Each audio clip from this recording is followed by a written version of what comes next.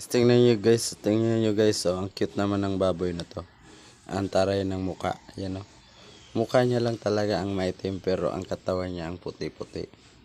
Guys, tingnan nyo talaga guys, oh. Buntis yan guys, buntis. Kaya ayan, pero ang taray. Tingnan nyo yung muka, oh. Taray ng muka. Ayan. Ang ganda ng hubog ng katawan. Buntis kasi yan guys, buntis. Kaya tingnan nyo. Ganda-ganda. Panoorin sa harap ng higa-higa niya. Meron pa dito guys, oh. Ayan, tingnan.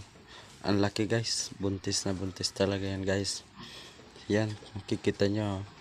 Ang ganda-ganda ng malapit na yung mga anak guys. Ito naman guys, isang araw na lang siguro mga anak na yan. So ayan. Ito naman,